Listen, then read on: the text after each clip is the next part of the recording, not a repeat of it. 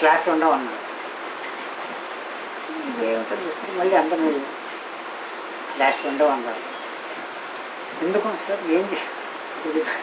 మీరు చప్పదిన్న దున్నపోతులాగా ఇదేమంటున్నారు, మీరు చప్పదిన్న దున్నపోతుల్లాగా వింటున్నారు తప్ప మంచి పని చేయట్లేదు అన్నారు. అప్పుడు ఎక్కువ మంది రైల్వే వాళ్ళే ఉండేవారు.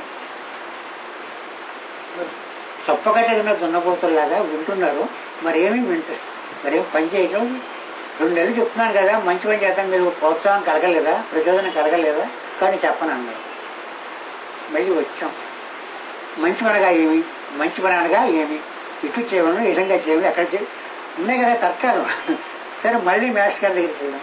మంచి పని అనగా ఏమిటి మీరు చెప్పండి సార్ అని. మంచి పని అనగా ఆయన చెప్పాలి, నెక్స్ట్ స్టెప్ ఏంటంటే మీరే చేయించినారు. సరే అప్పుడు అన్నారు, మీరు అందరూ మాకు మంచి పని చేస్తారా అని. ఏంటంటే 9:30 గంటలు ఆఫీస్, 8 గంటలకి 9:30, 9:10 గంటలు. ఈలోపు 7 గంటలు లేస్తారు కదా లేస్తాం, 6 గంటలు ప్రేయర్ చేస్తారు చేస్తాం. ఈలోపు ఏం చేస్తున్నారు, ఏం చేస్తున్నాం, మార్కెట్లో కూరగాయలు రోజు తెచ్చుకోవట్లేదు కదా, లేదు. ఇప్పుడు 3 రోజులకు 4 రోజులు ఇంకేం పేపర్ చదువుకుంటున్నాం. ఇంకేం చేస్తున్నారు, ఇంట్లో పిల్లలు స్కూల్కి వెళ్తారు కదండి, మరి వాళ్ళు చెప్తున్నారు ఎప్పుడు చెప్పారా? వాళ్ళు ఒక పని చేయండి, 7 గంటల నుంచి మీరు 9 వరకు ఖాళీ కాబట్టి ఆ గుడిలో చిన్న స్కూల్ స్టార్ట్ చేద్దాం. ఎక్కడ? రామాలయంలో. ఎంతమంది వస్తారన్న, 1 రోజా 2 రోజులా? ప్రశ్నలు ఉంటాయి కదా. రైలు వాళ్ళకి తుక్కుపోయిన ఇను అయ్యో మార్గం అంటారు శాస్త్రీయులు, అయోమయం అంటారు సార్. సరే జరిగినంతకాలం జరగాల్సిందే అన్నారు. అప్పుడు రామాయణంలో పాలిటిక్స్, ఈ ఇక్కడ గుడి కానీ బడి కాదన్నారు వాళ్ళు. గుడిలో బడి పెడదామంటాం మేము, అప్పుడు గుడి ఎలా అవుతుంటారు వాళ్ళు. ఈ గుడి ఎక్కడ కాదు మాస్టర్ గారు చెప్తారు, ఇలా చేస్తేనే వస్తాం, లేదా లెక్చర్ ఇస్తాం, లేకపోతే ఇవ్వను అన్నారు. సరే మళ్ళీ వాళ్ళందరూ పిలిచేసి మాస్టర్ గారు చెప్తే అప్పుడు స్టార్ట్ చేశారు. కానీ జనకులము అని పేరు పెట్టారు. ఈ జన అనే పదం ఎక్కడి నుంచి వచ్చింది? జనకుడి నుంచి వచ్చింది. జనకుడు ఎవరు? మిథి చక్రవర్తి కుమారుడు. మిథి ఎవరు? మధురము చేయగా పుట్టినవాడు మిథి. ఆ నగరాన్ని మిథిలా అన్నారు. ఆయన పుట్టినవాడు జనకుడు అన్నారు. అంటే ఇవన్నీ చెప్పిన తర్వాత మాస్టర్ గారు మొట్టమొదటి బ్లాక్ బోర్డు మీద అందరి చేత చిన్న పాట పాడించారు. జనకు అదంతా స్టార్ట్ చేయండి. దాదాపు 8-9 సంవత్సరాలు నిర్విఘ్నంగా పనిచేసింది. ఇక్కడ పనిచేస్తున్న వాళ్ళు, ఇక్కడ చదువుకున్న పిల్లలందరూ మంచి ఉత్తమోత్తమ స్థితులు అందరూ ఉన్నారు. ఇప్పుడు కూడా జనపదం అంటే ఉన్నారు. అప్పుడు ఒక త్రికోణం ఉండేది. ఆఫీసు, రామాలయం, ఇల్లు, మళ్ళీ ఈ త్రికోణంలో మరి అంటే ఇంటి నుంచి జనపదం వెళ్ళటం, అది ఆఫీసు, మళ్ళీ ఈ 3గా పెళ్ళి మాస్టర్ గారు గమనించారు. ఇంట్లో ఉన్న సామాన్లు ఏమంటే సంసారం పెట్టవు కండి, మీరు తెచ్చుకోమని చెప్తుండేవారు. వేదాంతం కదా, మరి కూరగాయలు ఇంటికి వస్తారు కదా నేను. ఇది మాస్టర్ గారు చాలా గమనించారు. వీళ్ళకి ఎలా కాదనుకున్నారు, శివమూర్తి గారు స్టోర్స్ పెట్టారు. ఇది ఎవరి గురించి? జనపద టీచర్ల గురించి. ఇన్ని పాటుపడ్డారు మాస్టర్ గారు, తెలియదు.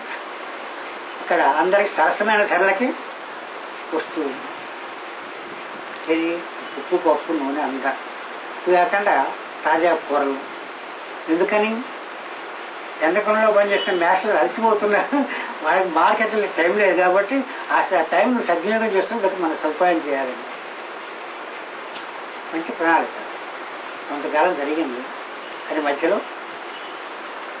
ఆగిపోయింది. ఎందుకు ఆగిపోయిందని చెప్పదు మేడం. ఆషాఢభూతులు ఉంటారు కొంతమంది, తప్పదు. ఆషాఢభూతి ఉంటేనే విభూతి కలుగుతుంది. ఎప్పుడు ఎవరిని అనలేదు మాస్టర్ గారిగా మొత్తం ఉంటే ఆయన దగ్గర ఉన్నవాళ్ళు ఆయన మాస్టర్ గారికి తప్పు లెక్కలు చెప్పినప్పుడు ఆయన ఎవరు అనలేదు. ఎందుకు అనలేదంటే మొదలయాల్లో ఒక సంభాషణ ఉంటుంది. బలరాముడు అంటాడు, అందరూ తాగుబోతులైనారు, నీల యాదవులు ఈ యాదవులు అని. ఏం చెప్పుకుంటాం అన్నయ్య, ఇల్లు నా డప్పులేవాడు, వాడు డప్పులేవాడు. ఇల్లు నమస్కారం మా శ్రీకి అంటున్నారు, వాడు నమస్కారం మీ శ్రీకి అంటున్నారు. ఎవరిని నిందించగలరు? అంటే సాధన యొక్క పరిమళం ఎప్పుడు వస్తుందంటే మౌనం. మౌనం సంయమనం, సంయమనం నుంచి సమయస్ఫూర్తి ఔచిత్యం. అప్పుడు వాళ్ళ వాక్శుద్ధి వాక్సిద్ధి కలుగుతుంది. అది సాధించే భాష.